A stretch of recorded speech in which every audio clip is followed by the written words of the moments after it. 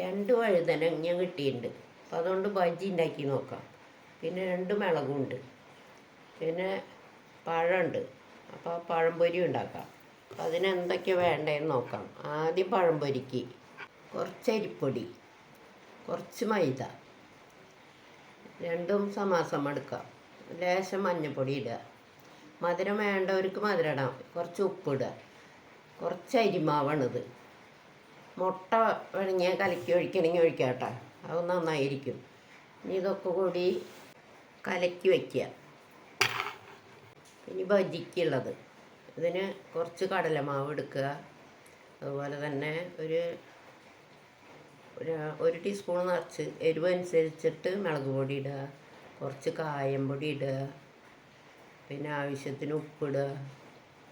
ഇതും ഇതേപോലെ കലക്കി വയ്ക്കുക. അത് കട്ടി കുറയാൻ പാടില്ല. കട്ടി കുറഞ്ഞു കഴിഞ്ഞാൽ വെളിച്ചെണ്ണ കുടിക്കും പലഹാരങ്ങൾ. അപ്പോൾ കട്ടി നോക്കിയിട്ട് കലക്കി വയ്ക്കുക. കുറച്ച് സോഡാക്കാര ഇടുക. പഴംപൊരിയിൽ സോഡാക്കാര ആവശ്യമില്ല. ഞാൻ ഇടാറില്ല. ഇടണവരൊക്കെ ഉണ്ട്. പഴംപൊരിയിൽ സോഡാക്കാര ഇടുമ്പോഴേ ഒരു പ്രത്യേക കളറാവും ആ പഴംപൊരിക്ക്. അത് കാരണം ഞാൻ ഇടാറില്ല.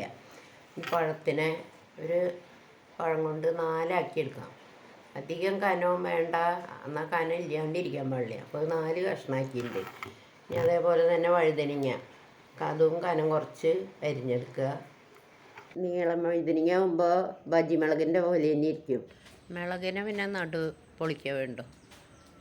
ഇനി ആദ്യം പഴംപൊരി മുക്കിയിടാം.